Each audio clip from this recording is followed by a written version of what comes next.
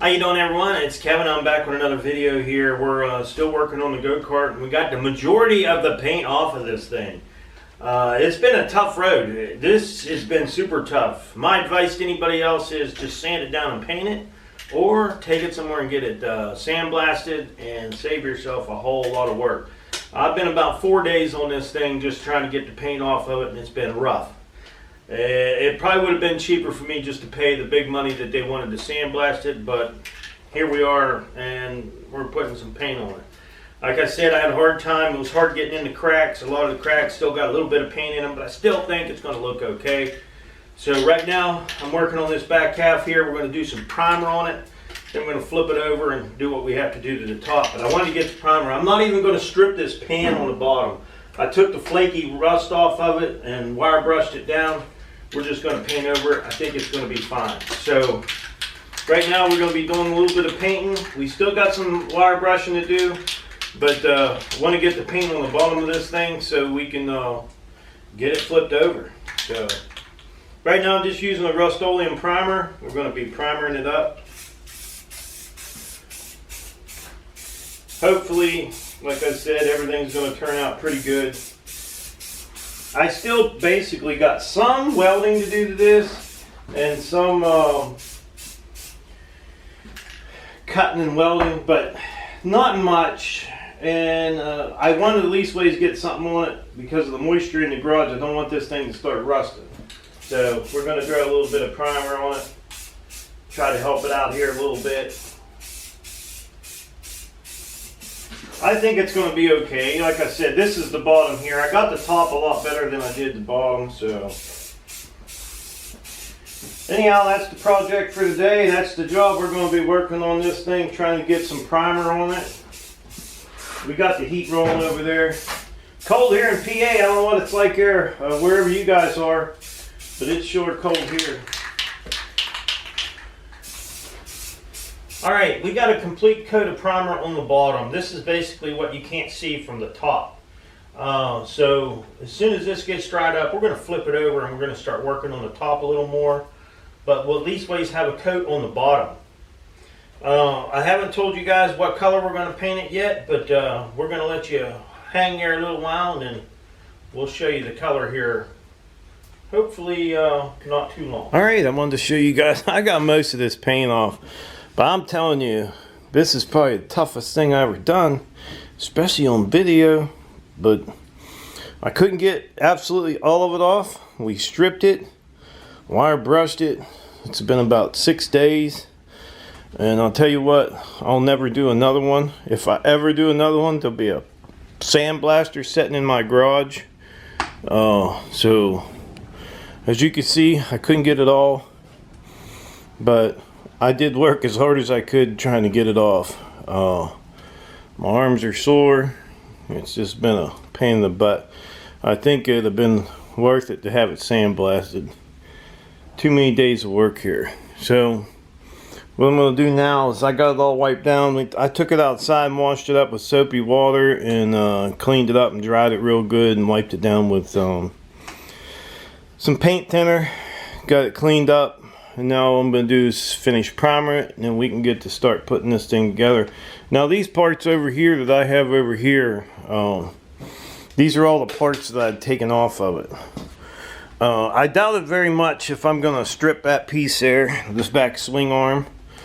And the front swing arm, I'd like to have been able to strip them. They're not that big, and all the wheels and tires, so I may go into Harbor Freight and just pick up a brand new box, like a countertop sandblaster. As long as those smaller pieces, those rims and those swing arms and the foot pegs and that type of stuff will all fit inside there, I think that'd be a good investment to have, especially if you're going to be doing old parts like this. It'd be nice to have something to clean them up with. So right now I'm going to get on this guy and get the painting or primering. We're going to get all the primer on it, and then who knows where I'm going to go next with this thing. It's a little bigger job than I thought it was going to be. So, but I'm going to get it done. You know, I just got off the phone. Well, I was on the phone yesterday with Rust-Oleum. I called them and told them that I got a couple cans of primer, and these cans of primer wanted to plug up on me, and just as I'm spraying, and I shook them good, at least I thought I shook them good, and they plugged up right in midair. I mean, and the lady told me, she says, well, they'll do that. You need to buy some of our mineral spirits or paint thinner and take the caps and clean them. And I've never done that in my entire life. Never have I ever had to take the cap off. And after I just bought a brand new can of paint and clean the cap. I've never seen that. And she says, oh yeah. And I didn't want to argue with the lady, but I had bought 2 cans of this primer. It's a Rust-Oleum primer. I was like, I can't see where they would plug up in midstream. She said, but they'll dry. I've never done that before. But anyhow, I got another cap on this one here, and we're going to try to use this paint up if we can. We're hoping to use all the paint up. But anyhow, just wanted to share that with you guys. If you're having any problem with Rust-Oleum paint, call them guys.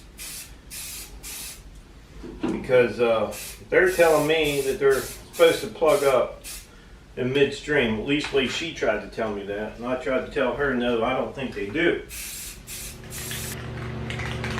Alright, here I have, I was talking about, I got a full can of paint here. And I'm squeezing the handle. And it's not coming out. You can hear it. It's a full can of paint. Now, either it just plugged up the nozzle or there's something stuck in the can. Let me go get another tip.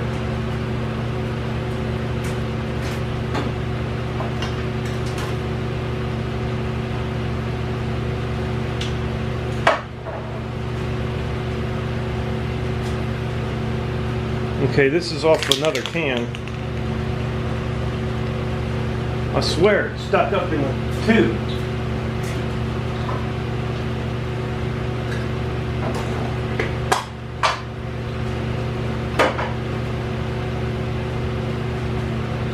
And another nozzle.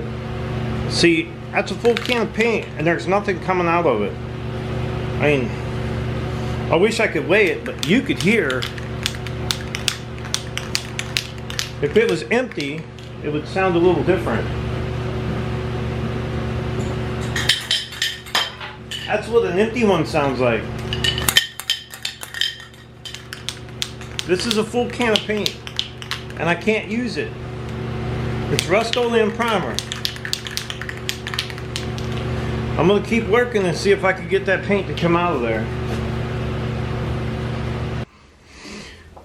Okay, I even resorted to just taking a screwdriver and taking the side of it and pushing down on it and seeing if any paint would come out of this thing. And nothing. There's no paint coming out of that can. So it has to be inside the tube. It can't be the cap, because I can stick the cap on another can and it'll spray.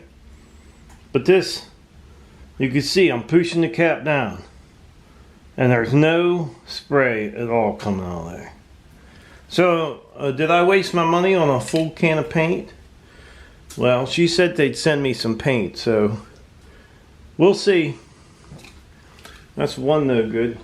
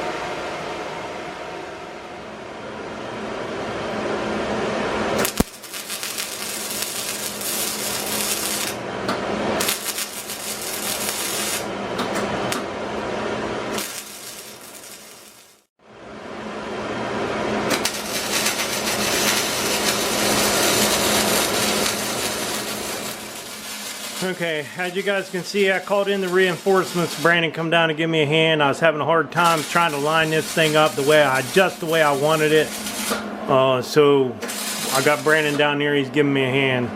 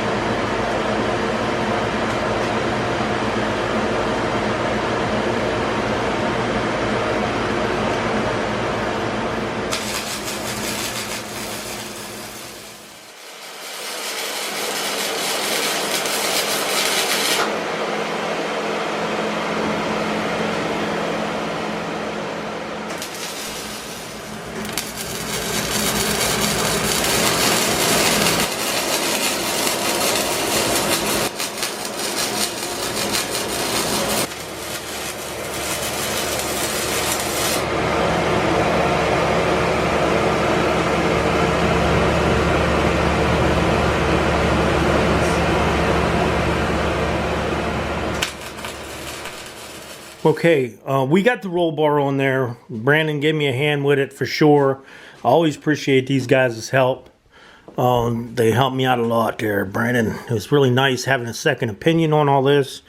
And you guys are going to wonder why I put those two pipes so close together in the middle. And I didn't bring them out towards the outside edge like a lot of the other go-karts. I know I probably lose a lot of strength on this corner right here from doing that.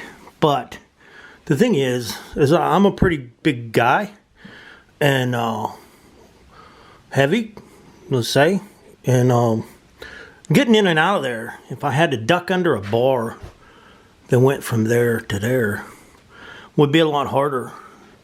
So now I could use this as a handle to get in and out of the go-kart much easier. Brandon did get in and out of there, and I got in and out of there, and it made it a lot nicer. Doing it that way. Now we did the bins the best that we could. You can see this one right here looks like it might be a tad bit higher, but all in all I think it turned out pretty nice for homemade roll bar. We'll get a look at it from the back. You can see it don't look too bad. It looks pretty good. It looks a whole lot better than what it did. Now we're hoping that we have enough height on this guy.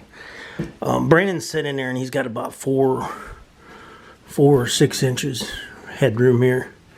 I'm thinking Justin, my younger son, probably not going to have that much headroom, so may want to wear a helmet so you don't bounce up and hit your head on that thing. But anyhow, that's the roll bar, and it don't look too bad. Don't look too bad. All right.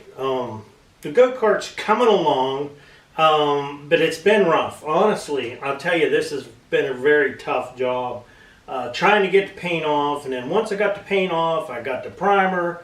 Then the cans of primer just mysteriously started plugging up on me. I got almost a full can of primer in the house that you've seen how I pushed the nozzle down. It wouldn't even come out. So, you know, and then I had to go buy a primer, and then they didn't have the color primer. I put some grape. There's white, gray, and brown primer on this thing, and we don't care what color the primer is as long as we get something on it. We started bending the pipes. I had a devil of a time with the pipes, not wanting to get a good bend. The pipe bender wasn't wanting to get a good bend, and here I had put the 3/4 inch die in there, and I had them opened up too far. And I remember you guys all reminded me I had 1 on 2 and 1 on 3 on that pipe bender. And I didn't recognize it until you guys started telling me, and then I watched a video and seen it myself. Well, I'm sitting there trying to bend these guys, and I got them on the third hole, and I should have been in the second hole, and I screwed up a bunch of metal until I caught on to it. So then we started getting some pretty good bends on the metal. Now you'll notice we had to actually cut these pipes in half to get them, because the pipe bender just wouldn't go small enough to make the bends that we needed. You know, especially this one here would come down and hit the pipe bender. So it made it a little bit rough. And then I was trying to figure out how I wanted to set this up on here.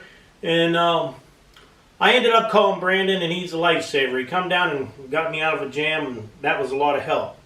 So I'd like to tell Brandon, thanks a lot, buddy. I appreciate the help. Well, this is how far we are on the go-kart now. I hope you guys enjoying the videos. Don't forget to subscribe, leave me thumbs up, thumbs down, or comment if you'd like. Till next time.